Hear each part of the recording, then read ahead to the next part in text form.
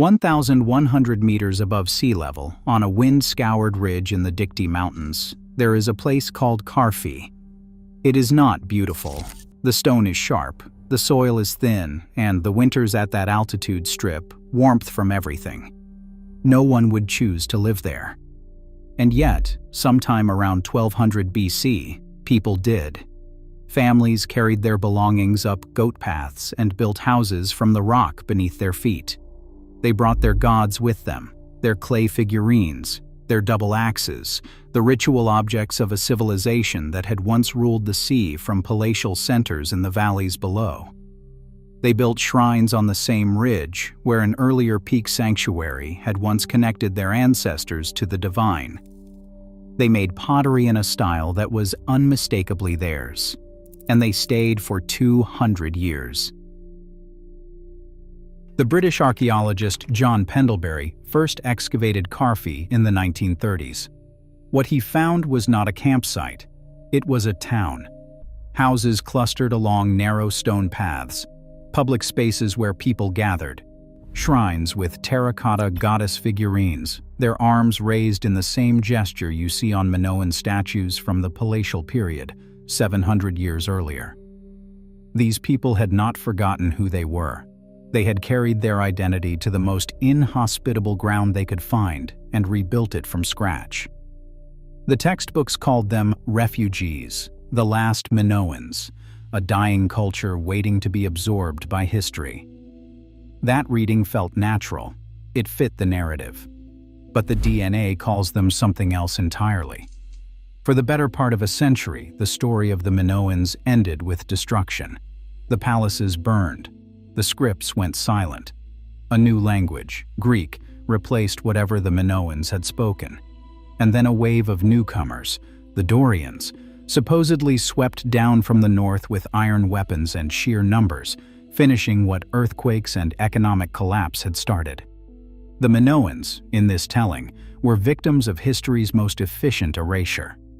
Europe's first great civilization, gone, absorbed, overwritten, their language unreadable, their bloodline severed. The problem is that almost none of this is supported by the genetic evidence. And that evidence, assembled over the last decade from the teeth and bones of people buried across Crete and the Greek mainland, tells a story so different from the textbook version that it forces a fundamental question. Not what destroyed the Minoans, but whether they were ever really destroyed at all. To understand what the DNA overturned, you have to understand how firmly the old narrative was built. Sir Arthur Evans, the British archaeologist who excavated Knossos beginning in 1900, believed the Minoans were outsiders. He saw parallels between Minoan art and Egyptian artifacts, codpieces that reminded him of Libyan dress, and circular tombs in southern Crete resembling North African burial traditions. He concluded the founders of Minoan civilization had migrated from the Nile Delta around 5,000 years ago, refugees fleeing the unification of Upper and Lower Egypt under King Narmer. Other scholars proposed alternative origins: Anatolian, Balkan, Cycladic, Levantine. The specifics varied, but the underlying assumption was universal. Nobody treated the Minoans as local. They were exotic, imported. A civilization that arrived fully formed on a primitive island. This assumption shaped everything that followed. If the Minoans were foreign transplants, then their disappearance could be explained as the natural end of an outsider culture overwhelmed by indigenous forces. The undeciphered Linear A script reinforced this framing. A language nobody could read. In a writing system, nobody could connect to any known family. Suggested a people nobody could connect to the Greeks who came after. And when Michael Ventris deciphered Linear B in 1952, revealing it as an early form of Greek, the contrast seemed definitive. Linear B was Greek. Linear A was not. Different script, different language, different people. It was a clean story. The kind of story archaeology loved in the mid-20th century. Too clean. The mechanism that kept this story alive for so long is worth examining carefully, because it reveals how an entire field can build confident narratives on evidence that never actually says what everyone thinks it says. For decades, the evidence for Minoan extinction was drawn almost entirely from changes in material culture. Pottery styles shifted, building techniques evolved, administrative language changed from linear A to linear B. Each transition was read as a population replacement event. New pots, new people. But pottery is not DNA. A change in ceramic style can mean a new ruling class importing its aesthetics, or trade networks shifting, or simple fashion. What it cannot tell you is whether the hands shaping those pots belonged to the same population that had lived on Crete for 3,000 years, or to entirely different human beings who had crossed the sea. And for most of the 20th century, no one had the tools to ask that question directly. So the proxy evidence stood unchallenged. There was also the Dorian problem. Classical Greek historians, Thucydides and Herodotus among them, described waves of Greek-speaking invaders who conquered Crete and the Peloponnese after the Bronze Age collapse. This literary tradition, written centuries after the events it described, became embedded in the archaeological framework as if it were established fact. The collapse itself was undeniably real. Around 1200 BC, every Mycenaean palace on the mainland was destroyed. Pylos burned. Tyrans crumbled. 9 out of 10 known settlements in Boeotia vanished from the archaeological record. The great trade networks connecting Egypt, Anatolia, Cyprus, and the Aegean fractured. On Crete, coastal settlements were abandoned as populations fled to defensible hilltop positions across the island. The material evidence of catastrophe is overwhelming, but catastrophe and replacement are different things.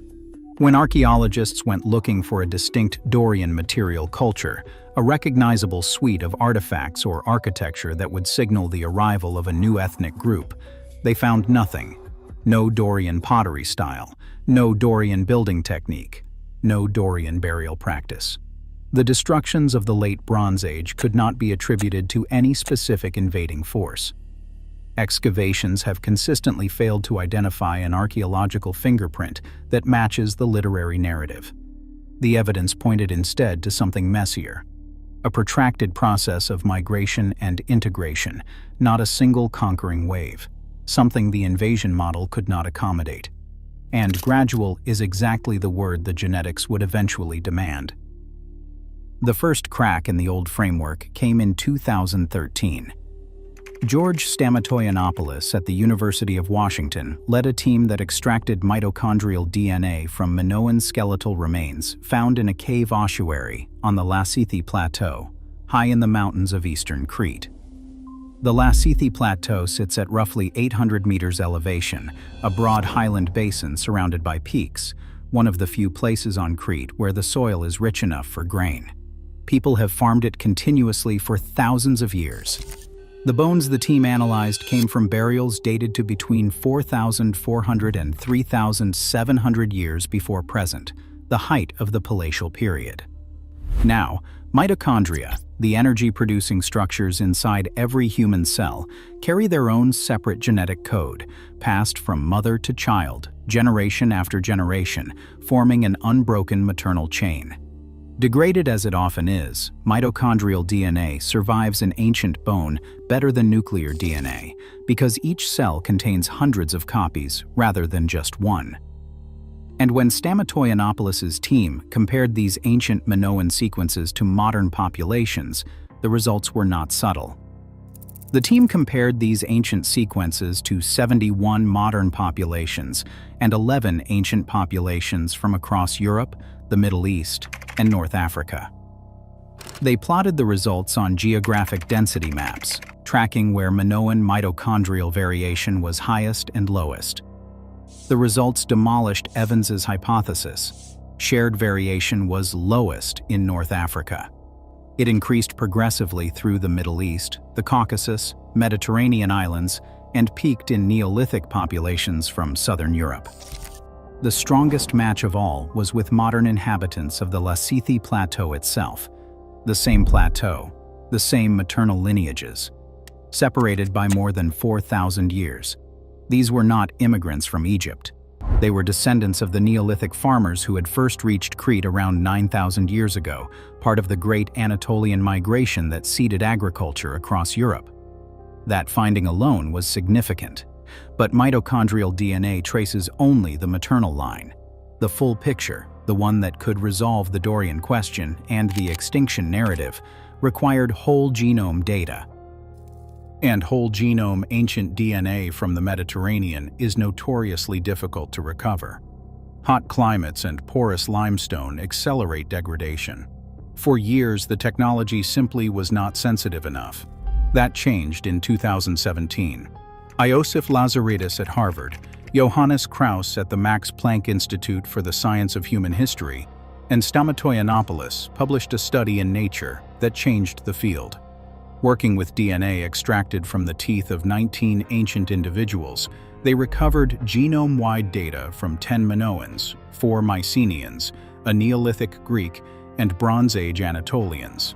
They compared these 19 genomes against previously published data from nearly 3,000 other ancient and modern individuals from around the world. If you find this kind of deep investigation into ancient DNA and what it reveals about identity and survival compelling, subscribing is the most direct way to ensure we keep making it. We have a piece coming that traces the steppe migration question, specifically how Indo-European languages reached Greece, and the genetics do not support the simple invasion model there either. The results landed with force. Minoans and Mycenaeans were genetically similar.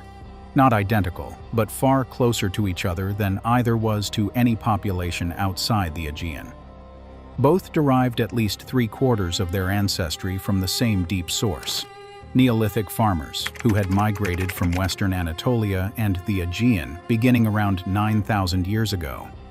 The remainder came from populations related to Caucasus and Iranian hunter-gatherers, an Eastern genetic component that appeared in the Aegean sometime between the 4th and 2nd millennia BC, before the rise of either civilization.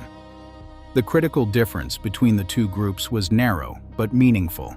Mycenaeans carried an additional 4 to 16% of ancestry linked to hunter-gatherers from Eastern Europe and Siberia, a signature associated with steppe pastoralist populations who transformed the genetic landscape of Europe during the 3rd millennium BC.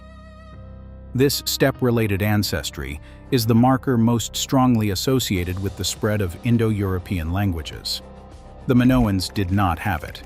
This explains the language difference. The Mycenaeans spoke an early form of Greek, an Indo-European language.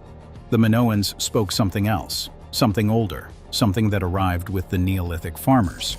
But here is the finding that collapses the extinction narrative entirely.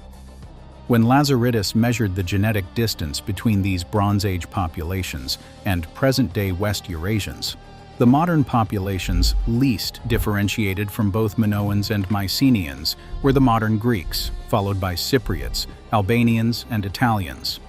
The continuity is not a vague echo or a poetic metaphor. It is a measurable, statistically significant overlap in 1.2 million letters of genetic code. 2017 established the relationship, but it sampled only 19 individuals. The question of when and how the transition happened, how a population without steppe ancestry became one with it, how Minoans became genetically indistinguishable from Greeks, that required more bodies and a longer timeline. That is exactly what arrived in 2023. Irini Skortanioti at the Max Planck Institute for Evolutionary Anthropology led a team that sequenced genome-wide data from 102 ancient individuals. The samples spanned from the Neolithic through the Iron Age and came from Crete, the Greek mainland, and the Aegean Islands.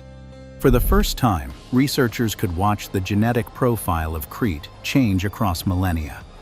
What they found destroyed the invasion model. Steppe-related ancestry, the marker that separates Mycenaeans from Minoans, did not arrive on Crete in a single catastrophic wave. It appeared gradually, filtering into the island's gene pool over roughly 5 centuries, from the 17th century BC to the 12th century BC. The earliest Cretan samples from this period, Individuals from Apocelamus, dated to the late 17th or 16th century BC, carried minimal or zero steppe ancestry. The latest samples, from Armenia and Crusonus in the 12th century BC, carried some of the highest proportions found anywhere on the island, approaching 40% in certain individuals. The Armenia data is particularly striking. The necropolis at Armenia, near Rethymnon on the northwest coast, is the most intact Minoan cemetery ever excavated. 232 chamber tombs containing over 1,000 individuals, spanning the 14th through 12th centuries BC. Only 4 tombs had been looted in antiquity. The burial practices are Minoan, the pottery is Minoan, the seal stones and ritual objects follow Minoan traditions. And yet the DNA from individuals buried there in the 12th century BC shows significant steppe-related ancestry. These were not Mycenaean colonists. They were buried as Minoans, with Minoan goods in Minoan tombs. But their genomes carried the signature of centuries of intermixing with mainland populations. The culture was Minoan. The genetics were already becoming Greek. Consider what that timeline means. The steppe ancestry begins arriving around the 17th century BC, during the height of Minoan palatial civilization, not after its collapse. This is not conquerors replacing the conquered. This is sustained contact, trade relationships, diplomatic marriages, slow demographic blending occurring while the palaces still functioned, while Linear A was still being written, while the bull-leaping frescoes were still being painted. 3 findings. Lock this interpretation into place. First, what the evidence shows. Iron Age individuals from Tirans on the Greek mainland showed no statistically significant genetic difference from their Bronze Age predecessors at the same site. The people living after the collapse were, genetically, the same population that had lived before it. This is not inference. It is measurement. Second, what it rules out. No measurable Levantine or African genetic influence appears in either Minoans or Mycenaeans, eliminating the Evans hypothesis and any Phoenician colonization theory. No sharp genetic replacement event corresponds to the traditional Dorian invasion date. If the Dorians arrived, they did not arrive in numbers sufficient to transform the gene pool. The local population absorbed them, not the other way around. Third, what it implies about the nature of civilizational collapse itself. The Minoans did not vanish. They became Greek, not through conquest, but through a centuries-long process in which mainland genetic signatures, carrying the Indo-European language component, filtered into an island population rooted in the same soil since the Neolithic. The political collapse of the palatial system around 1200 BC was real. The economic disruption was devastating. The retreat to mountain settlements was a survival strategy born of genuine danger, the abandonment of vulnerable coastal positions for defensible ground high in the interior. But the people survived. The demographic foundation persisted. What collapsed was a system of administration, a palatial economy, a network of trade and redistribution. What survived was the population that had sustained it. This distinction matters far beyond Crete. It suggests that what we call the Dark Age of Greece was not an emptying, but a restructuring. The people were still there. Their genes prove it. But their institutions, their literacy, their organized religion, their monumental architecture, all of that disappeared. For roughly 4 centuries, from approximately 1200 BC to 800 BC, the people of the Aegean lived in small villages, made simpler pottery, and left no written records. Then, from that apparent void, the Greek city-state emerged. The police, democracy, philosophy, and the genes of the people who built those institutions trace directly back to the Bronze Age populations we call Minoan and Mycenaean. This is where responsible analysis requires holding multiple possibilities in tension. The gradual arrival of steppe ancestry on Crete is well documented. The mechanism remains debated. Did mainland Greeks migrate to Crete in small numbers over centuries, intermarrying with local families? Or did Cretan elites travel to the mainland, absorb Greek customs and perhaps Greek spouses, and return?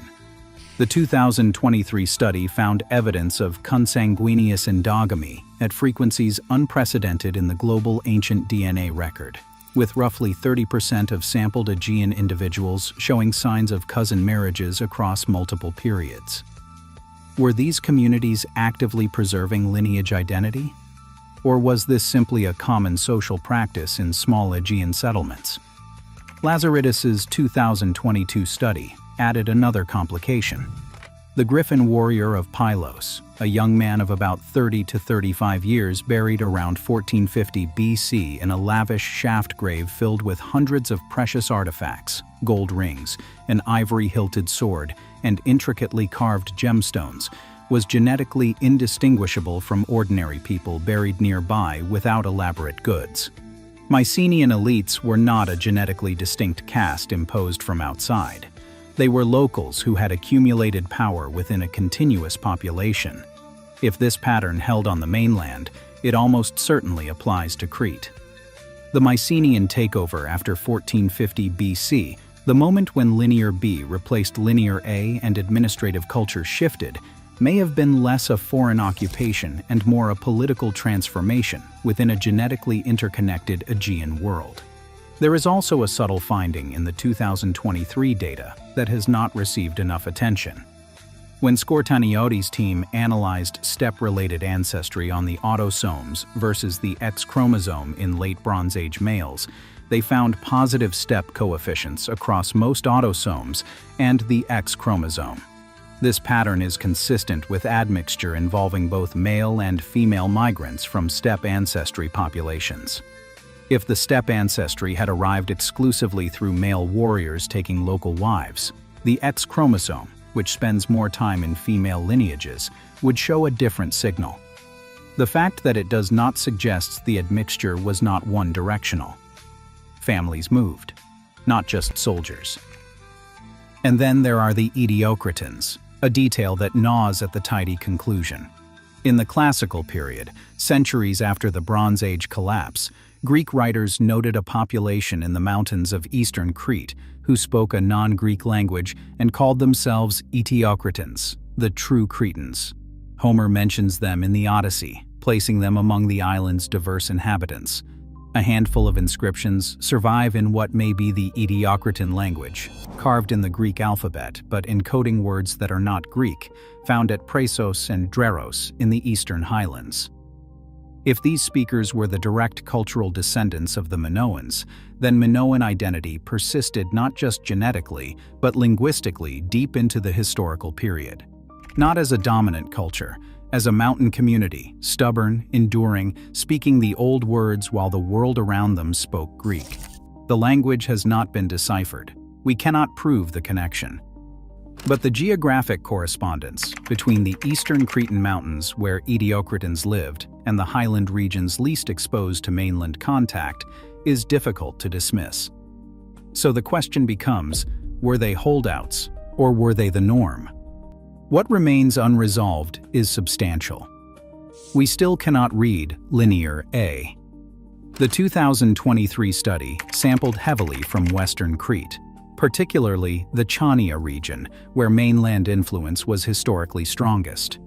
Eastern Crete, the traditional heartland of Etiocratan identity, remains undersampled.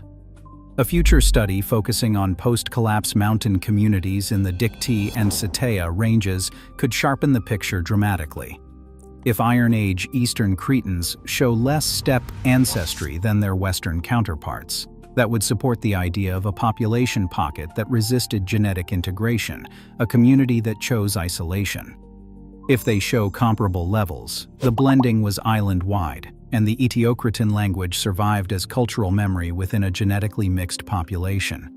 Either answer would be significant. Neither has yet been tested. On the Lassithi Plateau today, Cretan families farm the same fertile highland basin where, more than 4,000 years ago, Minoan dead were laid in a cave ossuary alongside pottery and bronze tools. The mitochondrial lineages recovered from those bones, haplogroups H, T, K, and X, are still present in the living population of that plateau, not as metaphor. As nucleotide sequences, copied with astonishing fidelity from mother to daughter across more than 200 unbroken generations. 200 generations of births, droughts, invasions, occupations, and the slow transformation of one world into another. The palaces fell. The scripts went silent. The language changed. But the people of Crete climbed into the mountains, married their neighbors, kept their gods in cave shrines where no raider would find them, and waited. And when the dust settled and the world remade itself into something called Greece, they were still there. They were part of it. They had been part of it the entire time.